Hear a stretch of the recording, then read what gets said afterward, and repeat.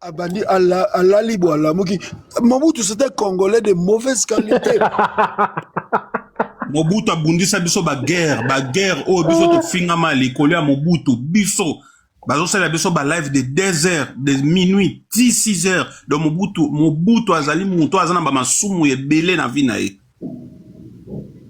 azawana et puis yebi yango azoyo kaya yebi yango Mobutu ba s'attaquer là aza muto muto azalaka normalement il faut que ko tubela azana makambo ko tubela ndenge azawana. Ce qui Mobutu se permet, il y a Robert joli Congolais de mauvaise qualité. C'est que Mobutu a une extrémité collègue à mauvaise qualité. Superlatif ni na kocha na mauvaise qualité. à Patrick. Bolu kelanga superlatif ni na kocha na mauvaise qualité. Là le balabara qui m'a panel. Ah yo kabago. Non, on va mettre pas. Avant de faire quoi, on va ça quoi? Na bino na yebike nana Elizabeth bikuna za mayele makasi ya komana se Elizabeth pesa nga superlatif mobo na ko pesa na mauvaise qualité. Ya za super nango ya leka ba mauvaise qualité ya leka niveau à leka po biso ba osoki to fingama ba osala biso dilaka na okende douche na okezwa douche likolo ya Mobutu soki lelo biso ba oyo kombo na nga dila ba koma ko finga nga de partout yo nyama likolo ya Mobutu aza likolo nango ya joli so ba koma ko finga vana na Maroc likolo ya Mobutu ya nono soki lelo ya nono kombo na ye koma ko bima kilikili likolo ya Mobutu azana ba masumu ndenga azana na vie na ye oya memba azana mikumba azana mikakatano oya mema na vie na ye fo azala délivrer na masumu ya ye do ya les cas de offrir à Ocholoba au Congolais de mauvaise qualité yé à sauta ba niveau yé à niveau mususu yé penza za niveau haute tension monte au balba ça ma kola mwingi Yé ba finga guide. Moi ça la ba finga guide. Yé mta banda guide. Ya jolosa pas parole vieux tu la parole. Yé mta banda guide. Mon mien mta banda. C'est tout normal. Au moins, dans un subjectif, dans un objectif, une personne qui est de mauvaise qualité traite des autres de mauvaise qualité.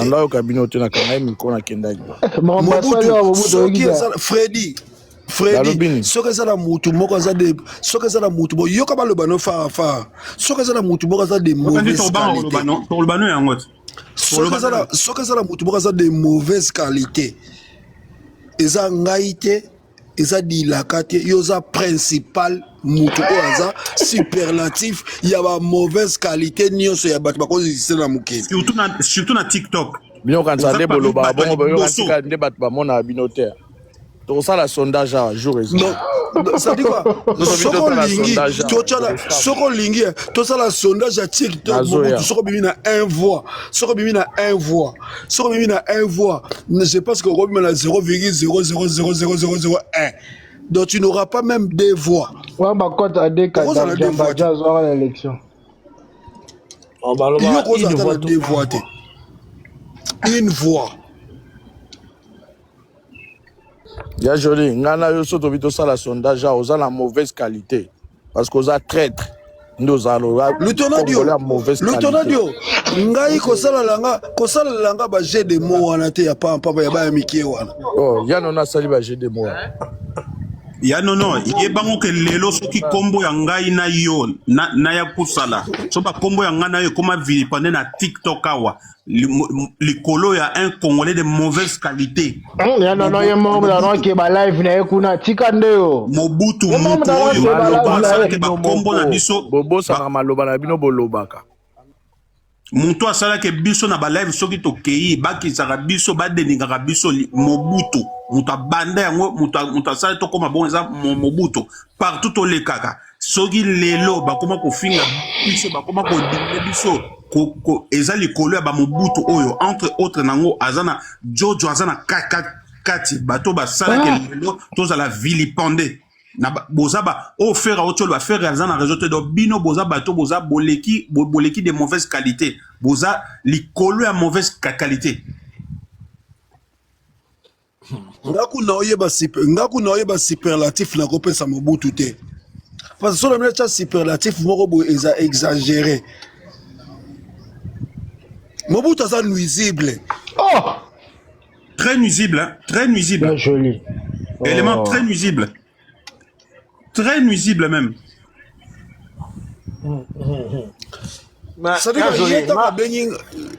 C'est-à-dire abengi ngai atete ngai de mauvaise qualité. Siko boy botika nga pena traité o ya zalit.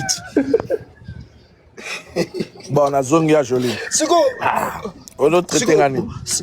Oza nuisible. oza parasite. Yo oza parasite. Na yesiko loba su ya joli. Olongo lenga de mauvaise Oza qualité. nuisible, tu es nuisible. Pour le bique, oza nuisible. Baso idiote na oloba no. Siko ya joli ngana za nuisible. Yoza congolais à mauvaise qualité. Ngana za nuisible. Yoza congolais à Ok, mauvaise. j'accepte. N'accepter nga naza congolais, naza congolais de mauvaise qualité. Siko yoza parasite. Yoza parasite. Tokoma okendene na ba live oyo ngai ya nono ya joli tokoma kofingama likolo ya Mobutu. Mobutu mtu asala ke biso to banda kofingama na ba live. Ngana sala ngote maloba na bino mute sala bino. Ngayo. Oh, Mobutu, ce qu'il faut te battre na catégorisation moko za fléau. Yo za quoi coronavirus. Yo faut battre en quarantaine. Yo za Ebola. Yo ko vivre dans la société te. Nyoso kabo abengi na Congolais de mauvaise qualité. nyoso kaya ngwana. Lui, il m'a traité de mauvaise qualité. Moi aussi, je suis en train de traiter la personne de la même manière qu'il m'a traité. Ngai bino maloba na bino mo ezo bimaki ba congolais ya mauvaise qualité. Ngate? Gasiko naza parmi ba congolais wana de mauvaise qualité na admettre ango. Mais sauf que en face de moi, mon interlocuteur, c'est aza parasite, aza virus, aza pathogène, aza dans des joli ngaza virus na kota na virus na kota na nzoto na bino. Ya joli yoko dans le vrai virus premier instigateur ya joli. Yoko dans le vrai virus. Toi tu yoko on peut être au moni pasteur tant à découvrir qui virus na ye wana o ya tuberculose.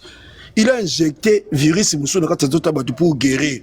Moi je peux être virus moko boye oyo na yeko guérir mais Mobutu za virus oyo yeko détruire yo guérir nan yo guérir nan s'il y a une personne qui a détruit concept même ya kozala gaulois na thématique nango il s'appelle Mobutu.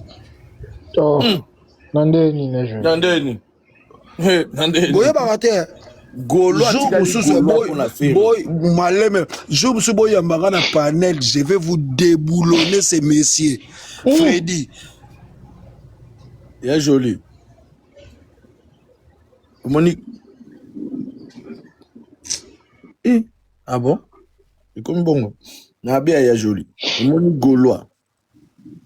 omoni goloa makambo ebanda omoni makambo oyo bino momona ke bino bozana besoin bozana lumière mais est-ce que pas ba gaulois biso pas ba gaulois to linga mbe mutaza na lumière te moni bino bomona oza na lumière OK pas wangila osala ndeti zeranga na sisa pardon zeranga na sisa ba congolais mauvaise qualité zeranga na sisa bok na pas wangila bosala ba débat Mobutu ngaluka lumière oui bino ba congolais à mauvaise qualité bunga lumière dilaka yo buto otune question ngasiko joli na luka lumière pe lumière ezaka ngai omoni siko ba vérité na bino na lobby siko ozo souffrir no pour rien na biso ke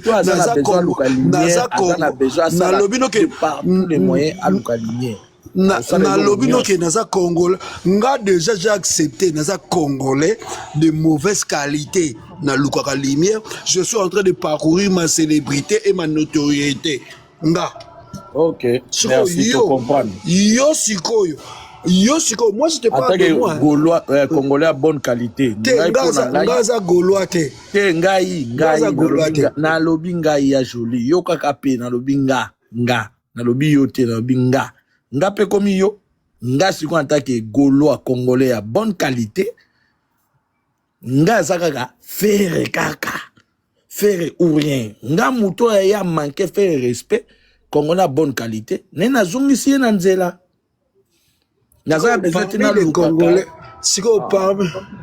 parmi les Congolais de bonne qualité ceux qui babi ba chayo na catégorie wana c'est que superlatif wana ya bonne wana faut ba longolango faut c'est que faut koufa parce que je trouve anormal une personne qui peut être de bonne qualité parce que la qualité est un superlatif moroboy qui démontre la qualité de la personne. La qualité de la personne. Et lorsque toi, tu te prétends être de bonne qualité, cela veut dire que tu es consommable dans le public ignoso. Alors que Mobutu, toi, tu es inconsommable. Non. Tu es invendable. Non. Nga dans le public ignoso, te nga dans le public gaulois. Dans le public ignoso. C'est-à-dire quoi? Même na Kigolois, on a mitigé. Non, na Kigolois, le ignoso linga yo. Na mukili Congolais ignoso à bonne qualité. Même na Kigolois, tu as un comportement. Yesu kutu na mukili oyo, Yesu kutu na mukili oyo azalaki. Non, moi je ne suis pas en train d'élaborer. Moi je ne parle pas. Moi, je ne parle pas de l'unanimité. Je ne suis pas en train d'évoquer le terme de l'unanimité. Je ne suis pas là. Dans le lobby, s'il faut parler des Gaulois toxiques, sur la liste des Gaulois toxiques, au numéro 1, Mobutu, au numéro 2, Raïs, au numéro 3, Jéricho, au numéro 4, BBC, au numéro 5, Nathalie, au numéro 6, Bosani Chichi, vieux Bosani Chichi, vieux Bosani Chichi, au numéro 7. Vous êtes des personnes toxiques. Mais yo okota makambo na yo Gaulois mauvaise qualité, okota makambo ba Gaulois ou ya bonne qualité. BBC Nathalie, ils sont très toxiques comme vous êtes des personnes toxiques. Mais surtout fait logique, donc toxique pour la faire. Selon vous, vous croyez apporter quelque chose à faire, alors que vous apportez à faire que de la négativité. Yo siko Gaulois Congolais oyo na mauvaise qualité. O apporter faire nini na mauvaise qualité na yo, on apporter nini. D'abord, j'ai conçu et le Oboganga wana na stade de Martyrs Carnaval. C'est moi qui ai conçu pour que tout n'a pas tout. Je vais traiter même les noms. En fait, Léa Jodi.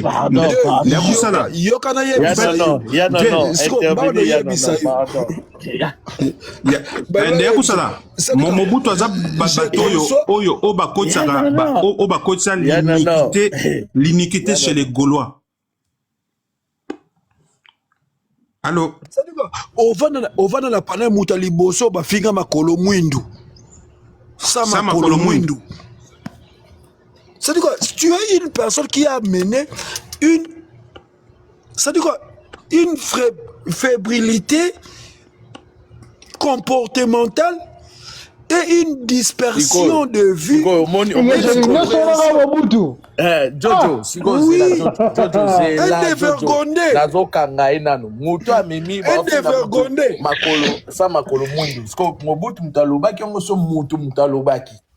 Muto bofinga ki bozaki na alliance na association parce que bonda obenga na téléphone si était nuisible. Mais tu dois benga na téléphone? Oh, tu dois benga na téléphone. Tu dois benga na téléphone. On a lobité kozala. Ya jodi basuka kana ko benga na TV, basuka kana ko benga na te, basuka ki na ko tinda na ba vidéo. Il faut qu'on rappelle yango. Ba kenaki ba ko ba tinda na ki na ba vidéo. Yanga ko to soki vidéo ezaki mais fanjoko te na sima, ba nga ba bimisango. Jojo. Au moins, il y a joli Congolais. Congolais à Mobutu, mauvaise qualité. Jojo, Jour Congolais à oyo. mauvaise qualité. C'est là qu'on Omoni appelle ça. jour tomata Et jour là- tomata kende na plateau moko na silikisaki ye asilikaki akitaki siko soka lingi su Jojo tosala na parlement Ouais, na ye yozala na monopole ya débat bazwaka ngala ye na ngala Mobutu na panel yozala la contrôle ya débat tolo ba question Mobutu okosilika na panel Na osilikate ya joli, na osilikate. Na osilikate. Parce que yondo ozana, démo à contrôle. Est-ce que démo à contrôle, on écoute, est-ce qu'on a ba Jésus? N'est-ce que on a ba Jésus, boy? Et aussi mbakate. Et aussi mbakate. Jojo nga asengi battles jour parlement zonga jour bakamba parlement sila battle na Mobutu Jojo zala direction ya débat Oui. toluka sujet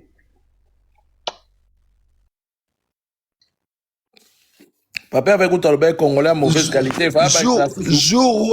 jour wana ba parlementaire jour wana ba parlementaire bolela te parce que na déshabiller mboso je vais déshabiller mboso les délices sanga déshabiller Okola ya joli. Je l'ai jour par les maisons anormales.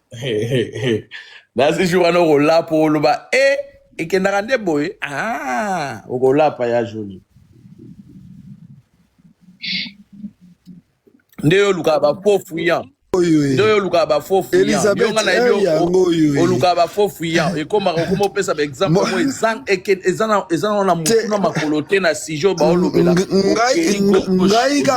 Ngai sikoyo comprendre ngate na jaka na océan na océan na haute mer na haute densité o ba vague is flotter siko yo na omema yo na océan wana parce que na yebi ke na okonde na omema yo na yebi point o ni na toucher pour silika. Moi je vais te faire énerver na laki yo déjà jour à débat wana je vais te faire énerver. Okay. Jour à débat wana j'aurai des mots oyo ya joli yo silika.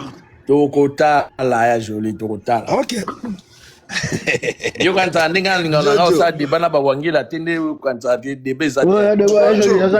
Jojo na zolo bala yo ayebi buta osala te moi je nataka l'art de discuter l'art de parler l'art de débat ya joli c'était azalaki éminent professeur de sciences po comme les Samba Kaputo. Moi je suis dans la même école na Vital Kamerhe. Je vais te faire énerver. Soki Samba Kaputo mutatangi ça joli, j'ai rien à foutre mais c'est là qu'un jour à débat.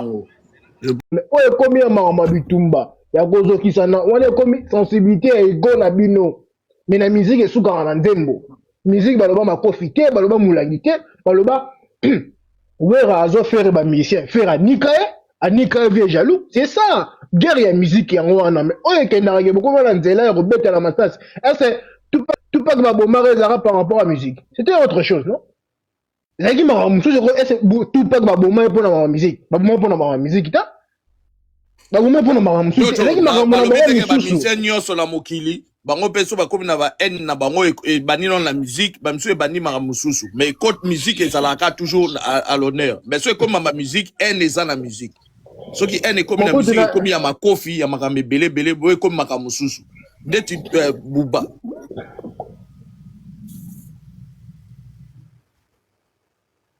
bon. Un bateau se mépriser. Toi, tu crois qu'un producteur de renom a su acheter 10 millions de dollars, 10 millions de dollars dans Karisina Bouba Baoyembate? Ah, il y a joli wanga na ebité. Ça c'est pas encore arrivé, jamais na poloba. Yo ken on a 10 millions de dollars, ils ont la bat misu pe ba bouda rapé mama mbongo, yo kanto mama mbongo, ils ont bat misu ba bouda mama mbongo parce qu'il y a honneur. Na industrie musicale, c'est le business qui compte. Ya joli bicha la mutu na yo, ils ont la bat misu c'est le kamwa, il y a honneur. Appréciation na Mobutu, c'est souffrant rapé herbe. Au moins le problème na yo zaranine. Tu montes en ego au matakana ba appréhension. Non, yo ndem toningo la qui que nous sommes battus 10 millions de dollars. Ben, toi, tu es parti. Ça veut dire que yo bako peso, na exemple, bako peso 10 millions de dollars. Ben, pesa si mon pesi.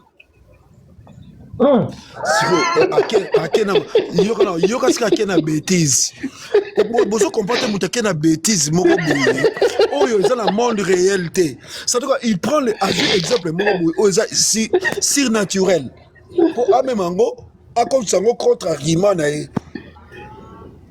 Lorsqu'on parle de la musique, la production,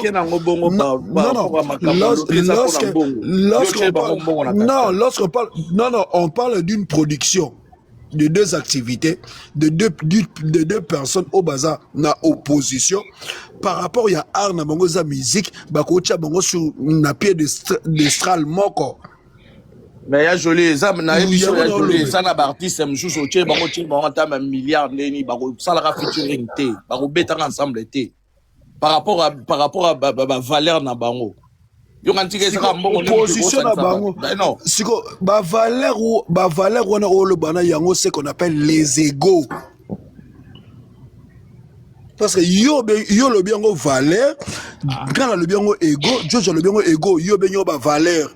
Joli nasi olingo kende gauche droite tema tout ça bouto hein ya on lingo loba sou minute olingo mingo alinga zali na raison ozala besoin za raison alinga zala raison azo comprendre que même les go wana ezo utaka musique en fait nazolinga to cd te parce que bavanda ndako moko te basakana ensemble te ezaka musique de ça qui vous êtes des intellectuels omoni bato balanda biso awa bato balanda biso baza partout dans le monde eza na bana ebele to enseigne bango mpe na balive oyo biso tosalaka lorsqu'on parle des égos na bavaleur bopesanga distinction nango bino topeso distinction nango te parce que olingo mema biso na débat na biso ye moko expliquer bato alinga expliquer bana na moni amoni bana wapi olingo biso na débat mambolo donc yo ndeko za boye ngai na ye kolepa na yo kasi ngana na yeko la pana siko ya joli ngana yeko la pana culture merci culture bravo j'ai appris na ba valeur j'ai appris de toi là c'est peine là j'ai appris ya joli okima bongo te nga po ça les différences na motuni biso to linya ngolo bango te po to yebi bango te yesko expliquer biso différence na isko personnellement na apprendre na yo quelque chose, une notion que je ne savais pas et que je ne connaissais pas. De te dire, j'ai appris. Mais je suis en train de te respecter. Je suis en train de te respecter. J'ai dit que j'ai appris de toi. Jusqu'à preuve du contraire, non, on a côté la déstabilisation de la personne. C'est pour ça que nous avons la déstabilisation, on déstabilise. Omoni dans le ça débat na lobby jamais tout se comprend tout ne va pas même débat jamais t'as déstabiliser ok c'est bon Mobutu avançons je vais t'aider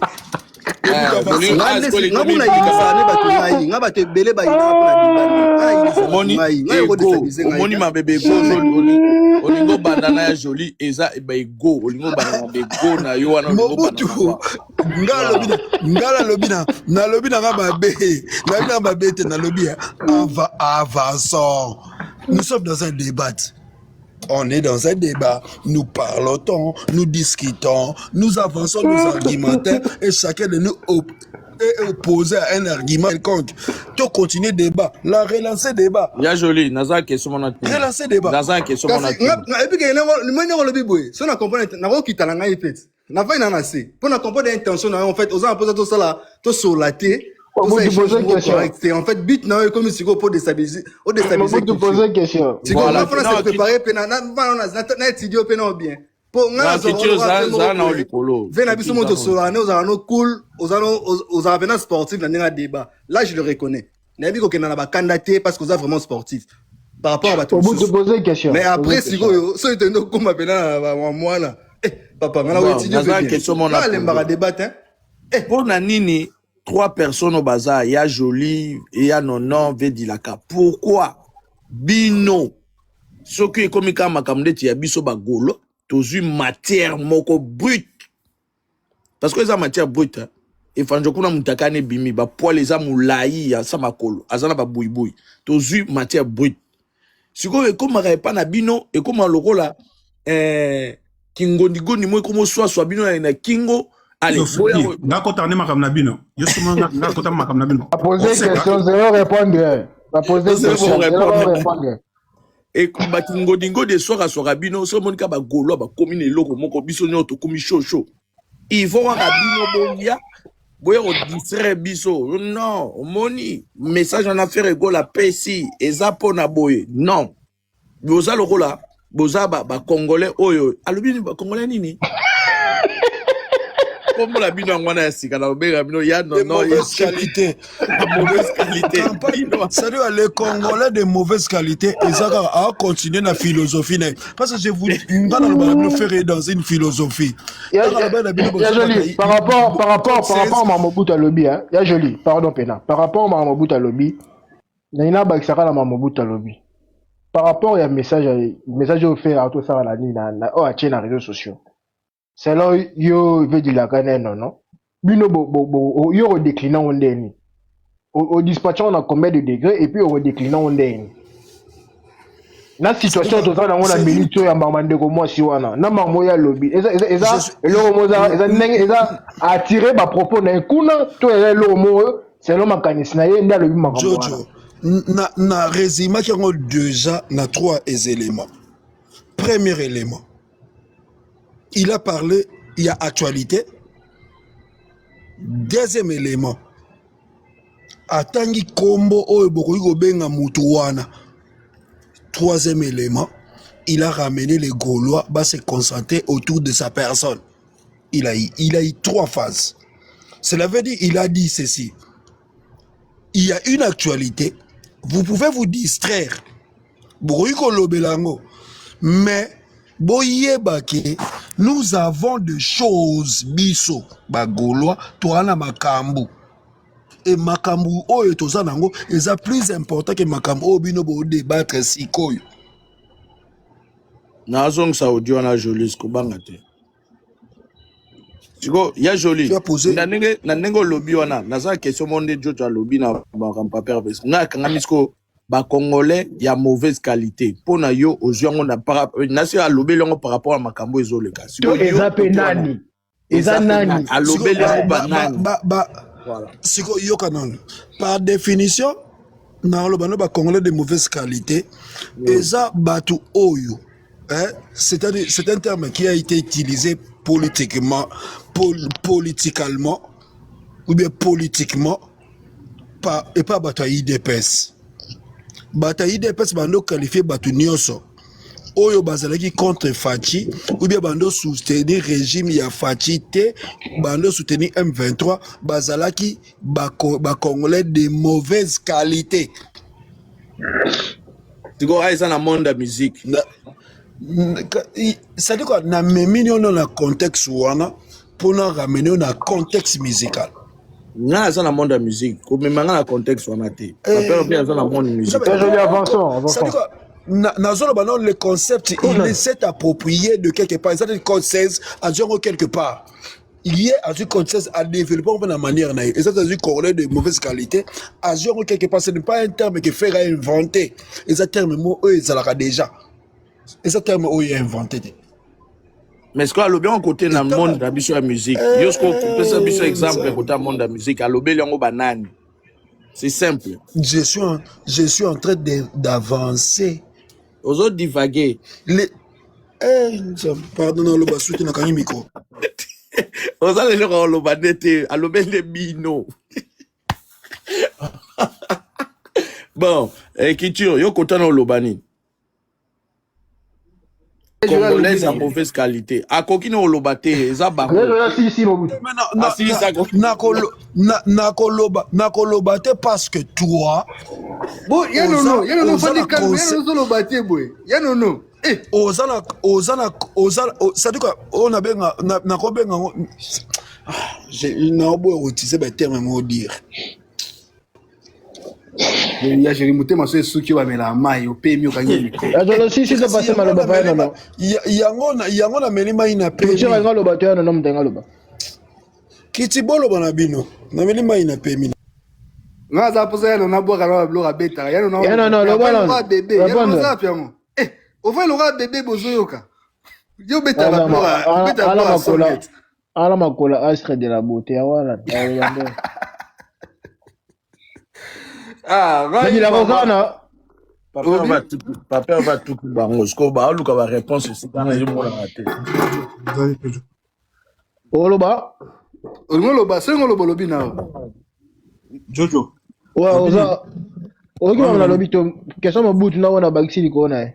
Na yebi makambo na ye te asa makambo na ndenge alingi aloba makambo na ye natala makambo na ye te nakipa mpe makambo na ye te natala makambo na ye te Bon mabutu afe.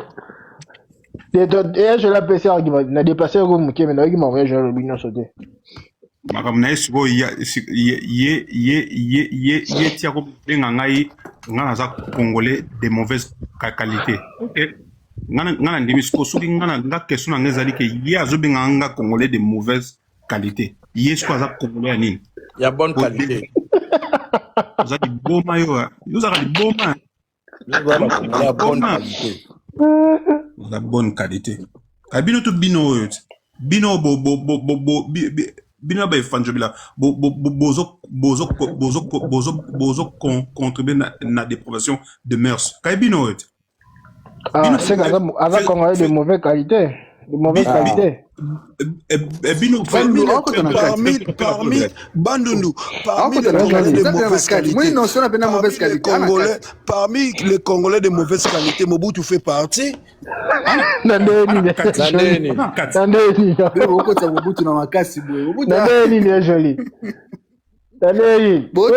Mobutu watumula yo tango matawa ekomiro na de mauvaise qualité la ndeni. Azam de mauvaise qualité. Parmi les Congolais de mauvaise qualité, Mobutu en fait partie. Une personne, alamuki na tongo, afungoli live na ina tongo, abandi ko beta neka masolo ya batu, bano finga neka batata ya batu, na mama ya batu. C'est que, ya joli yo boza Congolais de mauvaise qualité. Yo boza la bosa la wera basal boulot. Siko ngana ko loba pe boye. Moto yo. Tango lobi ke na salela wera basal boulot. J'étais là de mauvaise qualité à cette époque-là. Mais siko yangote, j'étais là. J'étais de mauvaise qualité. Mobutu fait partie de mauvaise qualité. Moto ala mukakande na tongo, ala muke na tongo bani ko créer ba contenu survie à tata bato, père de famille bato. Abandiko lobela ye abandiko finga ye yo tala boye ozana suki boye yo boye azali ko sa partie ya ba congolais ya ba mauvaise qualité donc ye ngalo bango mutakoza trophée ya mama ki congolais ya mauvaise qualité eza ya joli parce que ya joli a soni sa république mobimba contre président de la république ye fait la base trophée. Joli à soigner vous maintenant on va Congolais de mauvaise qualité ya joli to bato azala citer la makambo na ye aloba ne bato basilika makambo ombe bakota ki mingi pa na biso mbalo voilà les Mobutu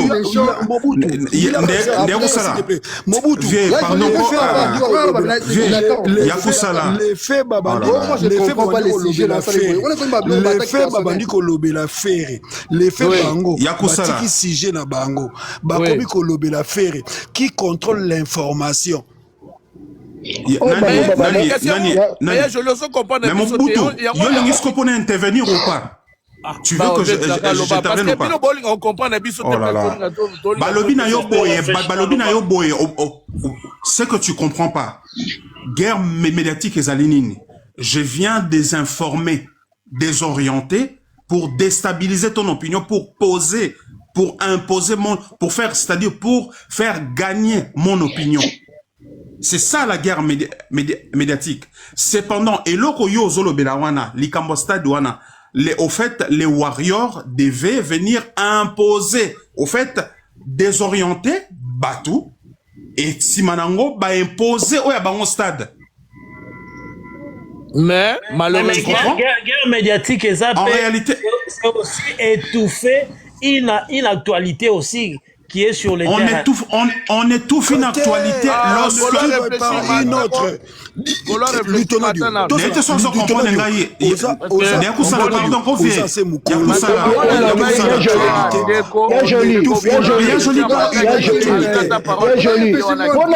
Ya joli. Pona nini okozolinga kostagna ngo na définition kaka moko. Ok, mo guerre médiatique eza na basens ebele ya joli. Bino ko kotelema songo na définition moko pourquoi?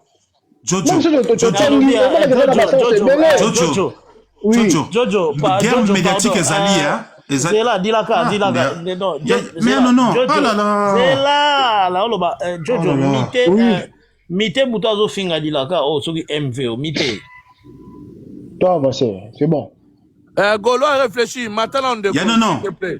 Parce que au moins, Mobutu.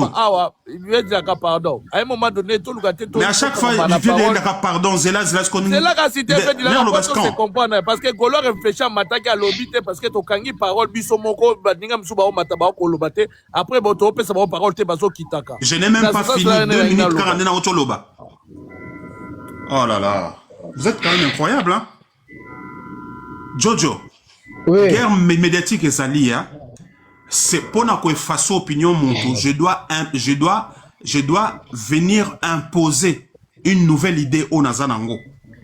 Donc nabomi ni nayo, actualité nayo, mais il faut que je vienne avec une nouvelle idée. On a quoi imposer pour na effacer combo ya Jojo. Oh, mais c'est ce que je suis en train de dire, c'est étouffer l'actualité. S'il te plaît, Kouloutou, s'il te plaît. Tant on na ba contre idées, et que je n'impose pas, je ne donne pas mes idées à moi, et Zalik, au fait, en réalité, tu me mets toujours en avant. Malgré tout, tu fais la contre-campagne, mais tu me mets toujours en avant. Au fait, je reste toujours en actualité. Même si on fait la contre-campagne, mais je reste en actualité. C'est-à-dire que le Gaulois, même si vous finissez, lorsque vous n'avez pas une idée contrainte, aux alliés nouvelle beaucoup imposée, par exemple, je vais dire, faire à quel stade, babengana qui faire à 6 qui mais lorsque vous imposez pas une nouvelle idée pour bungi sayango, directement, ça devient faire à zaka na actualité wana. Il est toujours là. Si pendant boye na nouvelle idée et qu'on fait bobandi ko mettre en exergue stade mon été fanjobila ninga beta ala siko ekomi contre campagne véritablement et comme siko yo kombo faire comme bunga, mais là le nom de fer ne disparaît pas, le nom de fer y est ezali kaka ezali ezo persister pour parce que il y a pas une nouvelle idée. Okay, c'est ce qu'on parle. Ok, topé ça. Réfléchis. Bonsoir. Bonsoir, Parlement, bonsoir, la bande de retour. Désolé, na mataki na ngaka na rebondir na point moko boye dans mon équipe na bandu na ndolo ba. Désolé parce que vous avancez déjà dans le débat, mais je voulais juste rebondir sur la disponibilité.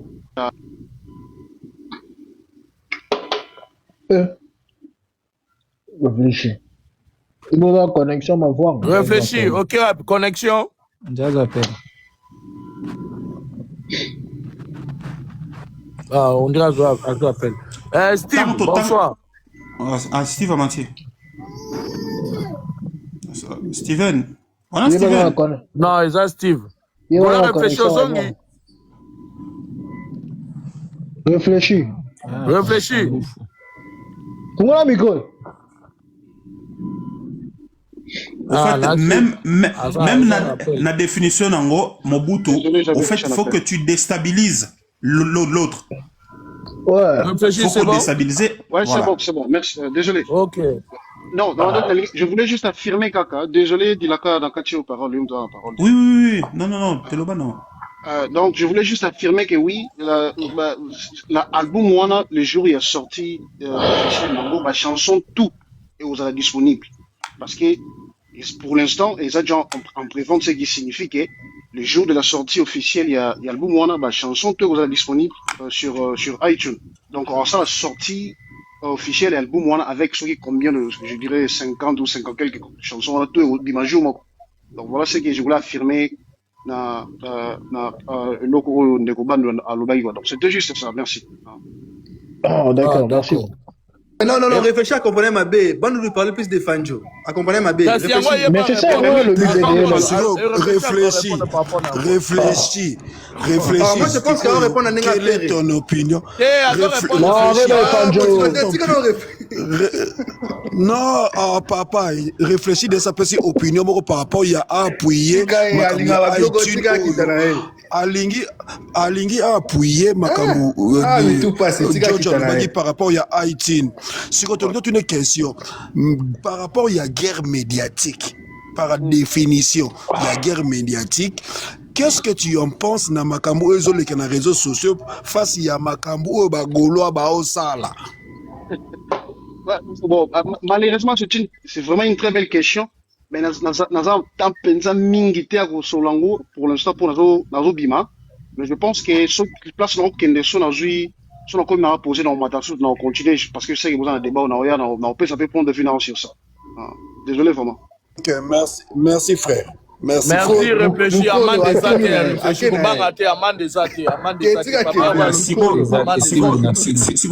Mobutu, au monisco pour chuter et loko faire à autre bimisa. Ndenaïb Sakibino, au fait, ezali sous forme ya alerte. Il y a que bozonga sko nena nzela et loko na bino. Le moni loko lobi wana amande des athées. C'est maintenant ça qui doit maintenant contrer. Non, amande mais veut dire kana si opo so comprendre mamba collecte ngote veut dire ka. Ola est Olandi mamba collecte. Non, Mobutu comprendre le sens veut dire ka lobi. Na comprendre alors lobi que par rapport à Makambo ezoleka Faire, il a compris que moi désorientation mo ezali a ozon sa biso na alerte tozonga non ouais ma Jojo makambo père Fazol ba mando na papa to landa kiango to landa ngo pa Virginie biso na to landa kuna mambali mais on comprendre était ma ramener na otio ba en fait après biso slogan moro boye pour na tozala na moto ke na otili pour la non ngala zala ngo d'accord te on est ça selon ngai papa Fazol ba makambo amanda ne bimi et pas ya Virginie Kuna. Mais on s'en fout aussi que Bimeni Mobutu. Non mais sérieusement Mobutu on a un problème hein. Oh Mobutu bolo ba lo mobutu parce que bino bolinga ke ne papa va lobi bongo ezake ba golo to zonga la ligne non amande ezate wana ezali solo ke fi wana bandalo ba maramba ba fute amande basale bo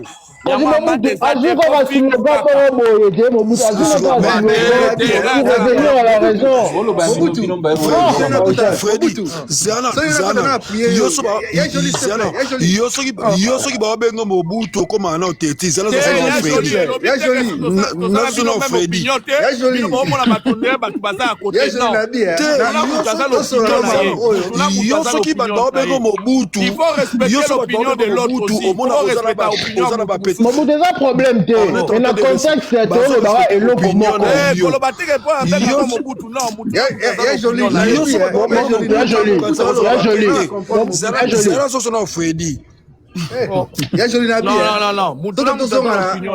na concept il y a les pas de nenga abi que non to éviter ba congolais à mauvaise qualité tous on a sujet on en fait développer ba congolais à mauvaise qualité. Mais c'est ça. Et ça va piquer la guerre médiatique. Il va répondre par rapport à Maramo faire à lobby la vidéo. Il a pris l'actualité. Oui. Il a pris l'actualité au Sikoyo. Ah oui. Après si on démo, azu azongisi bino na contexte au bino ba golo fo boza. Il a traité de Pali un Congolais de mauvaise qualité. Il a été dans trois étapes. Première étape à Bissino amende. Deuxième étape à Ebisibino Makambo, à Ebisibino Makambo, à Ebisibino, il y a de mauvaise qualité.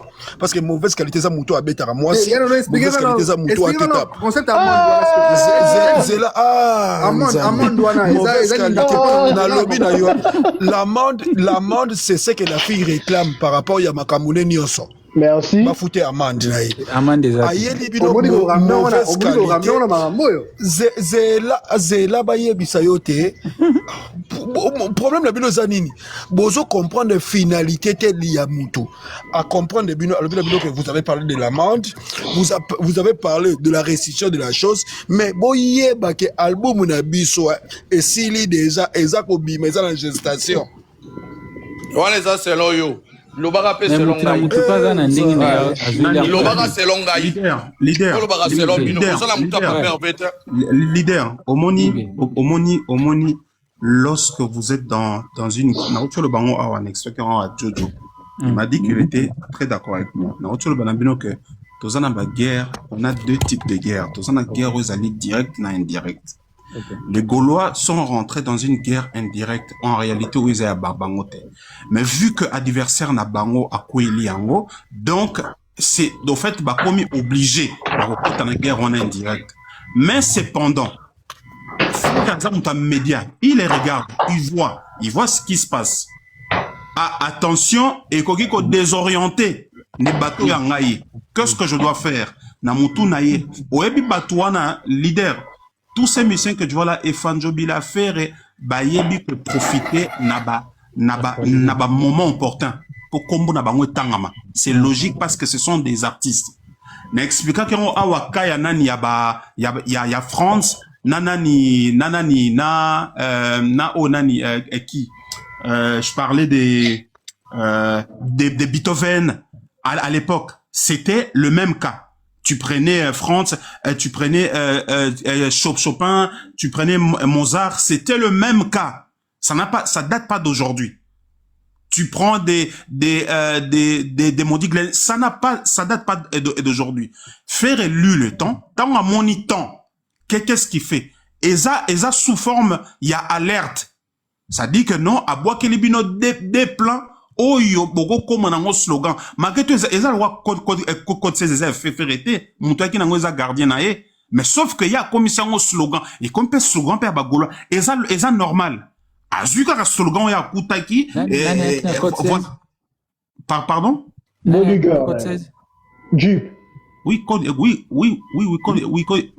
code 16 nani yaki nango nazo ki appel Jeep gardien na e donc voilà. Oui. Mais gardien a été, papa. Non. T'as débat, l'idée, question. C'est son gardien. J'ai dit que c'est son gardien. D'accord, continue. Voilà. Donc, tant Watali temps, il lut le temps, et à Monique slogan mokoye a amande des athées. À boire qu'il bino amande des athées, à lecter bino album Mezoya, et puis ebisino que non, congolais de mauvaise qualité. Voilà, c'est simple, Yakozwa.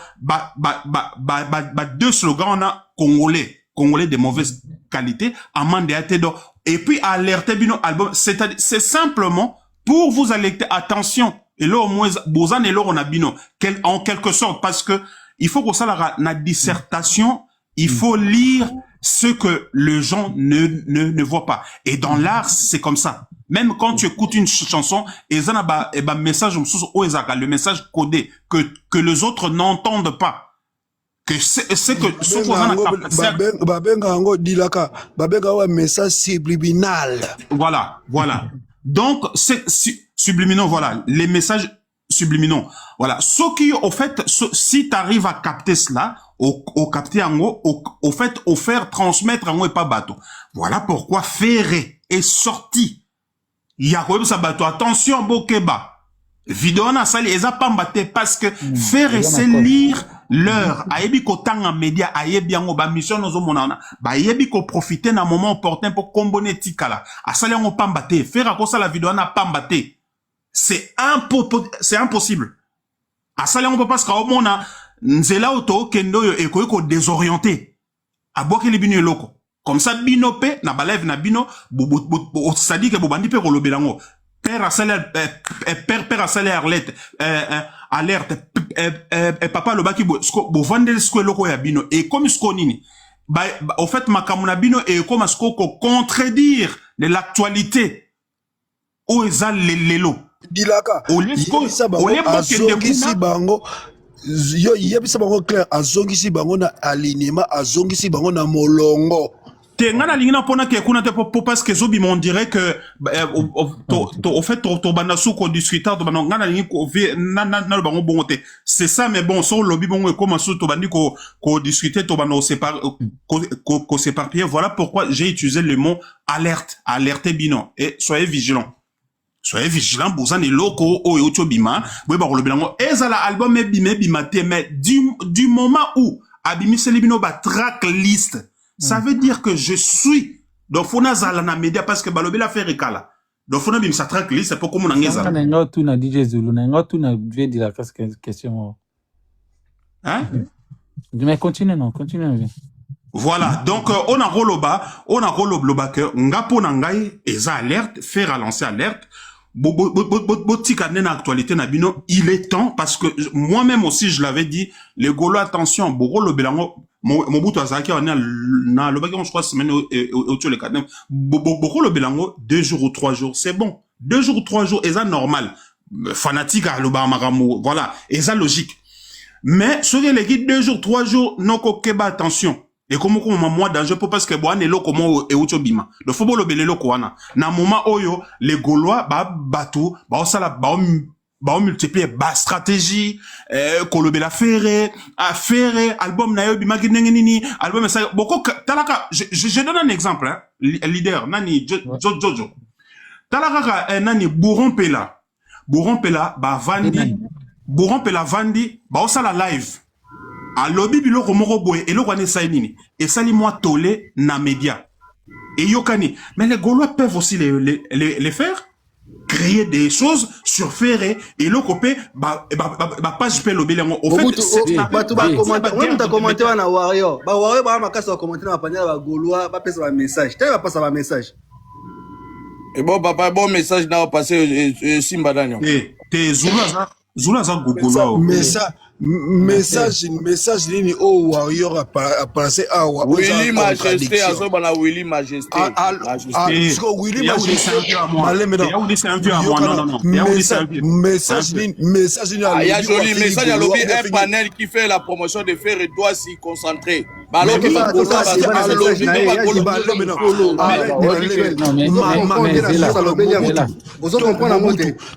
Mobutu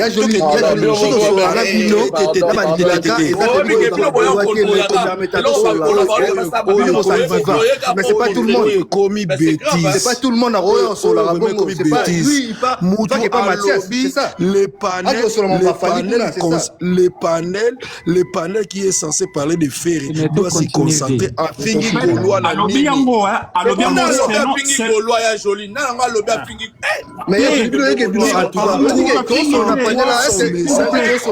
son message mais ya kusala moi je parle sur la message ma question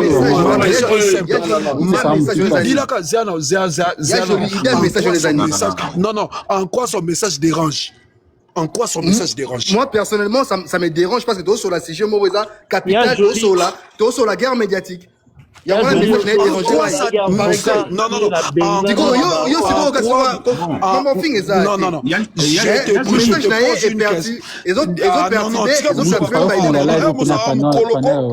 non message là est gros perturbé même Biden a dit Noboza a soutenu par rapport à message là c'est ça na lobby et loko Noboza a soutenu Biden par rapport à message là mais les gens doivent savoir que non c'est pas un Gaulois c'est un warrior papa so za lo Gaulois on senga no demande à to matala yo papa en quoi le message mais je vais te répondre moi j'aimerais poser une question en quoi le message je vais te répondre Mobutu kozala ne profali mais je vais répondre tant que a désengue kozala ne profali ata na moment où a désengue ferrete alubi le panel de OSA spécialisé na faire Gola faut ba Gola ba la concentrer en quoi est dérangé ba Gola. Je peux répondre maintenant je peux répondre parce que tu es tenté de tourner en rond. Mobutu a raison, il n'a insulté et personne. Sauf que on veut faire sortir ça qu'on dirait. Mobutu, il a raison. Il y a Willy n'a insulté personne. Il n'a pas insulté Ferré. Sauf que la personne qui l'a lu, il a dit ça. Moi, j'ai même pas cité les noms. Je peux parler. Je peux juste finir. Moi, je lis le message et puis j'ai informé aux gens qui sont dans le panel. Je peux juste finir. Pas se positionner dans le message Joanaté. Parce que c'est un message détournant. Bah, soutenir Biden à Bango. Parce qu'on est dans un débat sur la guerre médiatique. Mobutu.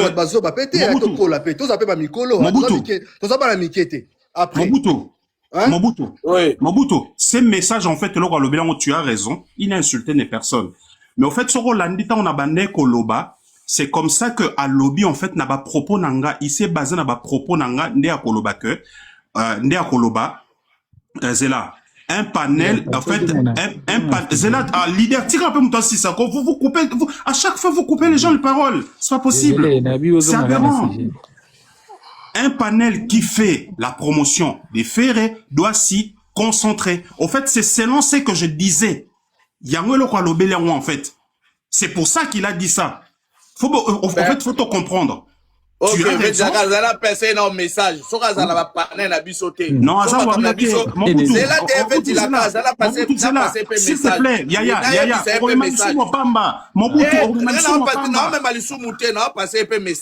Soka zala panel na bisote ayebake Freddy soki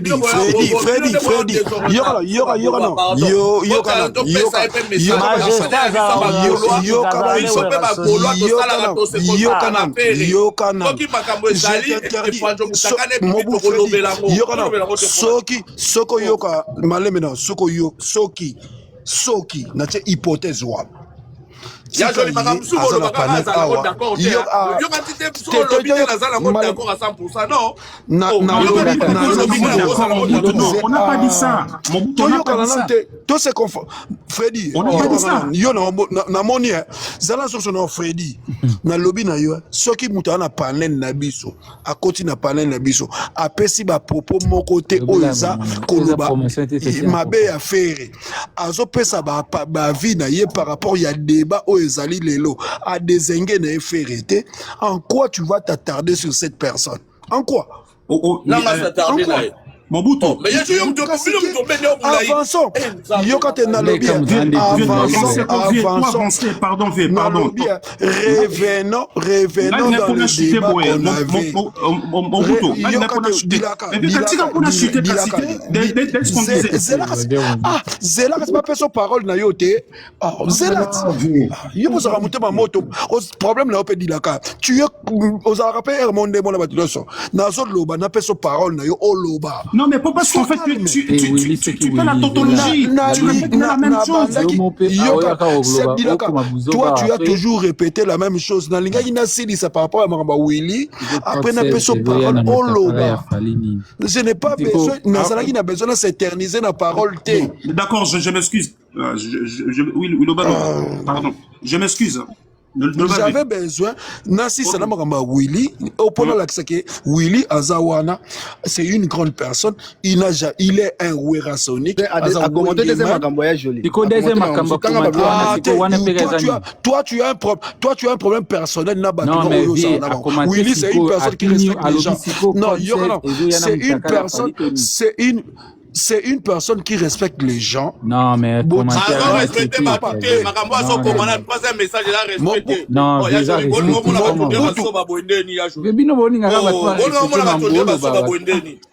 Mobutu, moi je vais pas te laisser. Non, je vais pas laisser culture. Nan de quoi avoir bo manquer mutuana o ko manquer respect.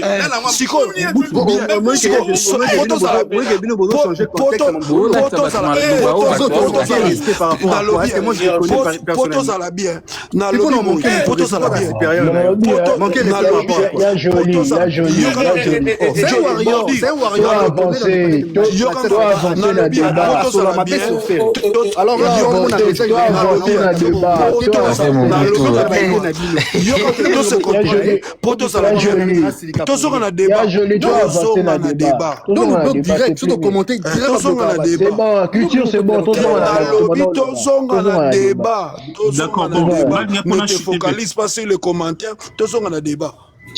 Bon. Pour chuter nanga donc Mobutu na bande koloba c'est que moi ce que je comprends dans un message journée artiste na bino à lancer les bino c'est pour vous dire que revenez à la raison vous allez concentré toujours en attaque vous tala affiche na otio bimsila bino apesi bino deux slogans amande des athées Willy koyaka lisusu ate koyaka lisusu ate ba colonel tcha lisusu ate je vais déjà continuer mais c'est que yo Mobutu c'est que yo mais est-ce que vous êtes d'accord là non na répondre parce que oh asali quand na yebisi aloba na yeta manquer respecter asali yango c'est que manquer na indirectement respect oh ya joli na manquer respect on manquer na respect parce que je t'ai dit sikaye. Oh, mais yo réagi. Non, tu as réagi. Donc, toi, on réagit, c'est que toi, tu me respectes. On respecte non, ok, c'est bon, on a quitté. Papa, ton solo la cima. Ok, continue. Il y a pour ça. Joli. Non,